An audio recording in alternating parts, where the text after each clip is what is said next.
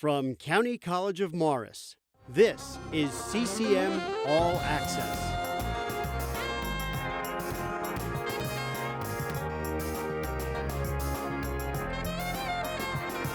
Hello, and welcome to CCM All Access, the show that brings you news and information from the County College of Morris. Students on campus, members of the community, people doing good things. I'm Nicholas Kratzel, and joining us today is Dan Cleary, who is the TV engineer here in the Media Center. Welcome. Hi. So, you're the media engineer here. Yes. What does that job entail? Well, first, I'm one of the media engineers here. There's another gentleman named Ed Rodriguez, who also does engineering. Basically, the job entails keeping everything running. The television studios, well, now I have a lot of other functions, not just the media center. Keep the conference rooms in Davidson operational. Some of the facility in Dragonetti we keep operational. Media department now is in charge technically of the planetarium, the Longo Planetarium, which we're currently getting back up to spec and hopefully have that open for public shows soon. So we wear a lot of hats around here. Yeah, I mean, that's a lot of moving around on, in terms of moving around the campus. We're right? always busy. Yeah, good. Yeah. So in terms of working in the regular studio, do you have to work with classes coming in and out of here, or? I try to make sure everything is set for the classes so that technically there's no issues and that Professor Kalis can do what he needs to do without any interruptions. Right. So. And how long have you been doing that, or this? I've been here close to 10 years, I guess. Good memory, but it's short. Somewhere 10 years ago, I started and have just enjoyed every single day. Lived through a renovation here and just enjoy everything I do. Yeah, so I guess having a pretty good time, right? Yeah. Somebody once told me that you have to get a job that you like going to every day and it won't be work. And thankfully, in all of my jobs, I've loved going to all of them. So I don't really think I've worked a day in my life. So, I mean, you just said all of your jobs, right? So yes. In terms of all of your jobs, have they all been related to this? They've all been media or technology related. After I got out of college, I worked for an AV integrator, and I did bench repair work for like 16 millimeter projectors and VCRs and all sorts of AV stuff. Then I got a job at William Paterson in their television facility and cable TV facility. And after that, I worked at Verizon doing video conferencing. Oh, wow. And then after that position ended, I got a job here. So, wow. Yeah, it's been a long, strange trip. Yeah, that's a lot of different jobs. It is. Yeah. It is. About 10 years for each one. Yeah, and I mean, they're all related. So like you said, I guess you really liked what you were doing, so that's good. I still do. Yeah, not a job. That's not a job. There you go.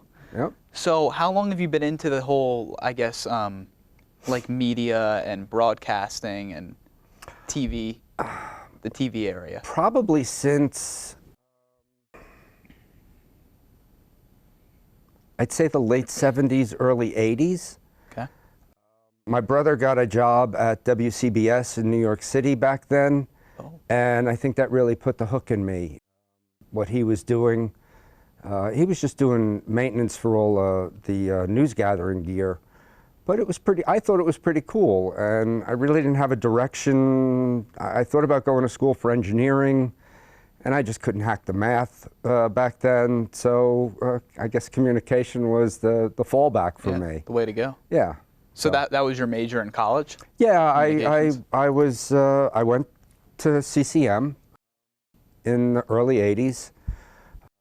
Joe Sauter was my professor. The television facility was down where, we called it the pit, down where the archives, the library archives are now. And I had a great time. And then after I graduated, I went to William Paterson And again, had a great time over there in the TV program, and then graduated there and started working. Right. So yeah, I've always kind of been Yeah. media. In that area, yeah. In that area, yeah. So, like in high school, like I know you had said that you really kind of got hooked after your brother started at CBS, but Yeah. in high school, were you always interested in communication and I guess speaking to people, or did it just No, in kinda... high school, I was an extreme introvert. Oh. I was very quiet. Mhm. I didn't get involved in anything. We didn't have any, there was no media courses. I went to high school from 76 to 80. There was no media. No high schools had any kind of media programs back then. Technology was way too cost prohibitive for that. So Right. it was only when I got to college that started. Right. Yeah. You think that the internet really pushed it forward? Oh, for sure. So for do you think sure. it was dying then? What do you mean? Like media in the aspect that No. it was on TV? No, it was growing? No. Yeah. But you didn't have a cell phone that Right. had a camera in it. If you wanted to shoot, if you wanted to film something, you had to film something. Correct. There were no video, well, there were video cameras, but they were really expensive. Yeah. So it was, like I said, for high schools, it was cost prohibitive. Mhm. Only when I got to college did they have funding for any kind of broadcast equipment. Mhm. So a few of your jobs that you talked about, they were pretty much in schools. So how did Yeah. that, instead of working for, say, like CBS, right. why a school? I thought about I thought about going into the city. Okay. And I don't know, it just didn't seem right for me. Okay. I didn't want to do the commute. I guess it was a whole quality of life thing. I don't know. After my job as a bench tech, AV integrator, one of the engineers at William Paterson reached out to me when they had a position open. And I thought it was a good move. The salary was much better than I was making. And it was closer to home, or where my home was at that point. And I just thought it was a good move. Yeah. So that was it. That Yeah. was really the hook. And then Yeah. I spent, like I said, 10 years there. And networking is key Absolutely. for any job. And somebody I had networked with, somebody I had met up with, told me about this position at Verizon. And I went over there, Yeah. just for something different. Right. Yeah, so, and then the Verizon gig ended after about 10 years because the funding ran out. It was a temporary gig, and I knew that going From the into start. it. Yep. I thought it was only going to be a 3-year contract, and it turned out to be 10 years. So when that ended, I was kind of lost. I didn't know what I was going to do. Right. And Joe Shilp, the director of the Media Center, reached out. And he was one of my students at William Paterson. Oh. So I guess it came full circle. Right. He started TV Sports over there, him and another guy, Ron Colangelo. And the engineering staff helped out as much as we could. And it was a great time. And Yeah. I guess he remembered me from then Great. and reached out for this position. Yeah. So you said you taught Joe. So you've taught classes before, or you've just worked with students? I worked with students. I did adjunct at William Paterson audio production classes. Oh, wow. So I would teach audio production 1, and it was mainly geared towards radio spots and stuff like that, because they had a radio station on campus.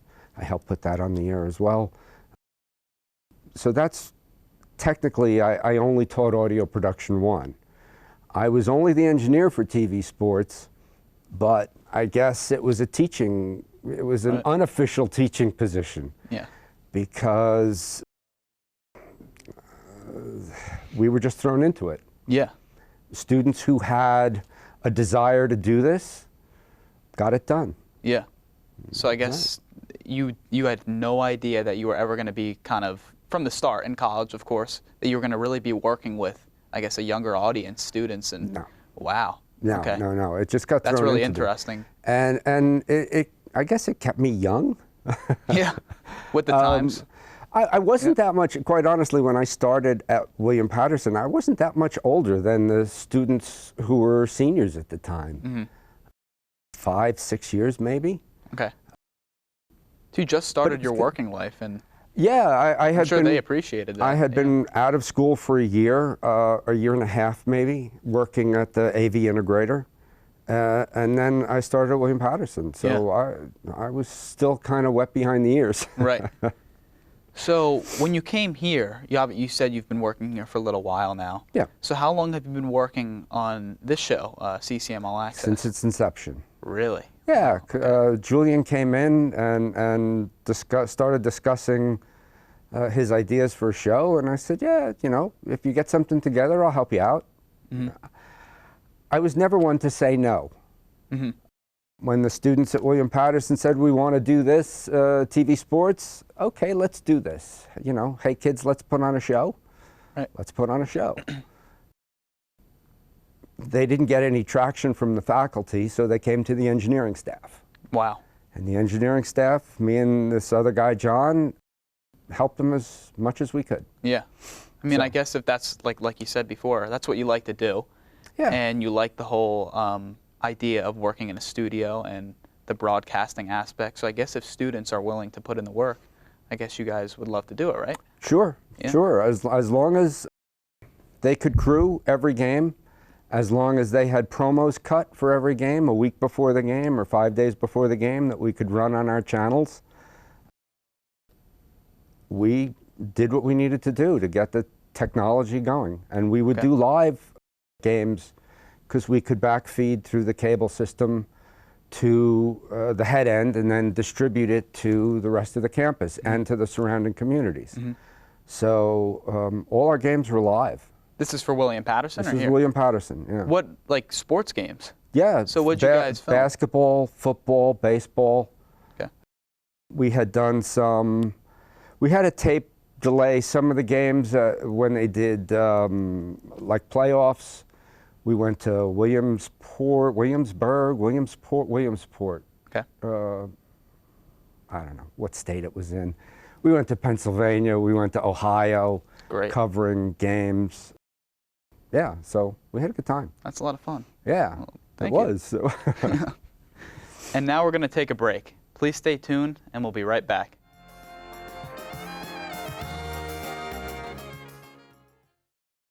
I'm Andrea Lucia, a graduate of County College of Morris. At CCM, I gained a high-quality education, was involved with clubs on campus, and performed university research in tissue engineering. My CCM education prepared me for ongoing success. Today, I am at Cornell University, studying engineering and performing research in cardiac tissue engineering. The professors and staff at CCM helped me to start right and finish strong.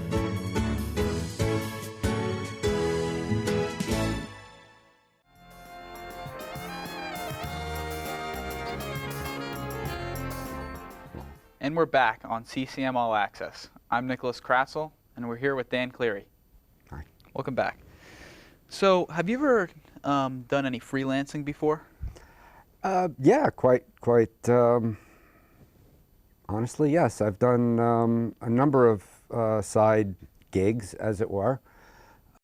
I got involved somehow. I don't remember how, with a crewing company called VER, rental house called VER, based out of New York.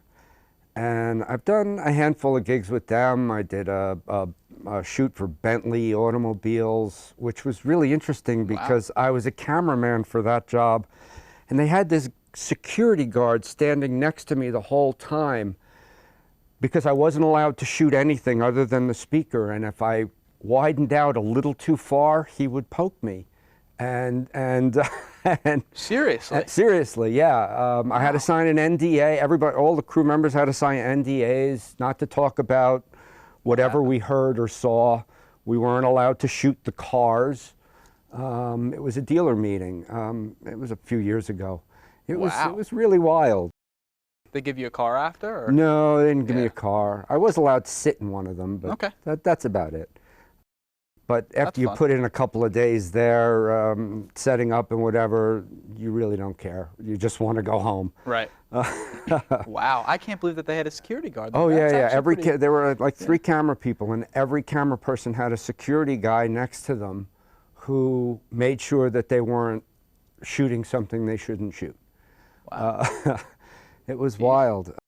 I did a show for the Late Late Show, James Corden, I think it is, James Corden. Sounds familiar. Yep. Yeah, we did, I was an engineer for a segment called Musicals in Crosswalks. Okay. And we did Times Square. It was James Corden, it was Zac Efron, it was Zendaya, and Hugh Jackman. Wow, those are some big names. Yeah, I think they were promoting, what was the movie, Greatest Showman? Yes. Something like that, back a few years ago. So I got this call, you know, can you do this gig? Sure, what time's call? And it's 3 o'clock in the morning, be at this, you know, right outside the Ed Sullivan Theater. So I get there and you know, 10 cameras and whatnot. So I was an engineer for that shoot. It was pretty cool. Wow, that's really cool. Yeah, actually. yeah, it was. It was a good day. Yeah. Long day, but a good day. I bet. Yeah. Yeah. So I also read somewhere that when you were working for Verizon, you had went to Panama to film. Yeah. This was the early 2000s. Video conferencing was still in kind of its infancy.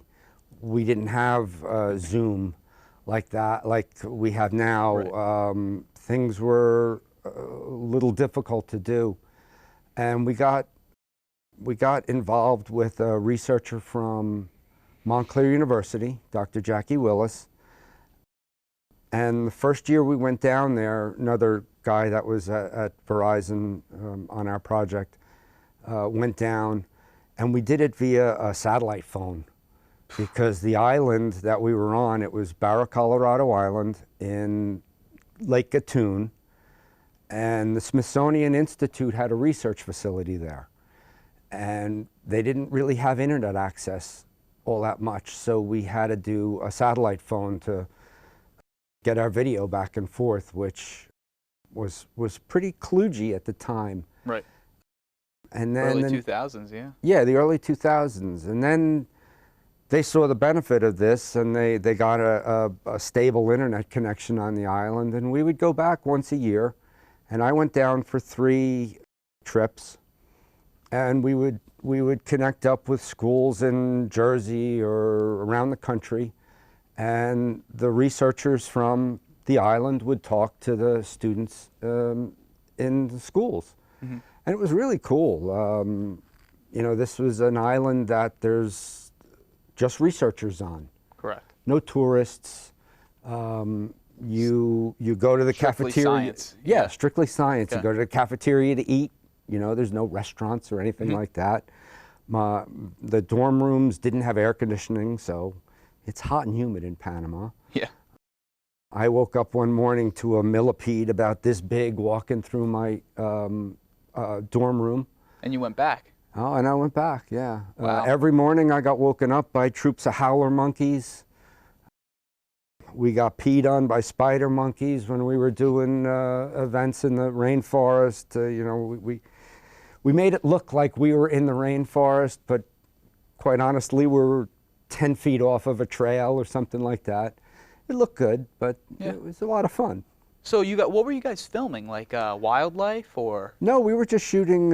What would happen is the researcher and the teacher would start prepping their classes months before, and they would do like food webs or carnivores or ants or whatever. And then they would culminate their classes with these video conferences to that you guys would Panama film. that we would Right. that we would facilitate, whether I was behind the camera or switching or whatever, so that the students would get to ask questions to the researchers. Wow. So it was a lot of fun. It was not many people were doing stuff like that back then. So We had a good time. So when you did this, did you have an interest in, like, I guess, science or animals or? Oh yeah, I'm like a frustrated scientist. Oh, Yeah. okay. So this is part of the reason why you did it then? Yeah, yeah, yeah. Okay. Plus it was something to do, something different. You know, how many times do you get to work to get paid to go down to the rainforest and just, I don't Film. want to say hang out, but Yeah. you know, do your job and then go hiking or spend time with scientists and just talk. Wow. It was a lot of fun. I bet, You know? yeah. Yeah. So do you have any other personal interests, I guess, outside of film?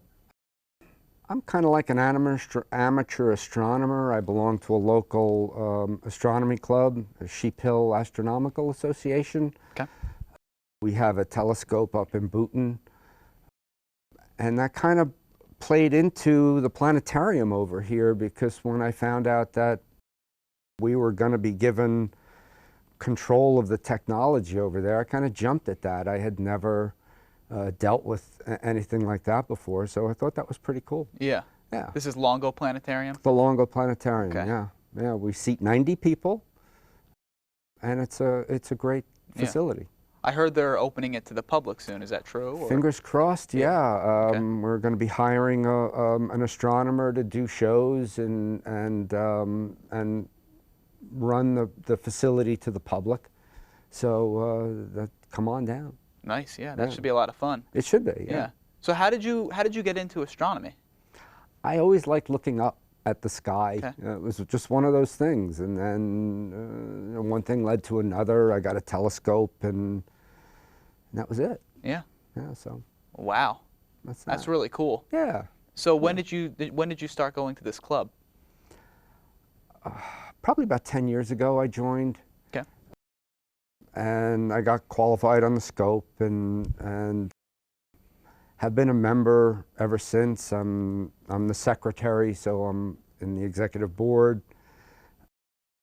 And I go up every once in a while, not as often as I'd really like to look at the stars, but every once in a while I'll go up. We do public nights, third Friday of every month, where we open up the observatory and, you know, open it up to Look around. everybody. Yeah. Wow. Depending that's on really what's cool. up, we'll look. Yeah. Yeah. So really quick, I want to move back to media and broadcasting again really quick. Sure.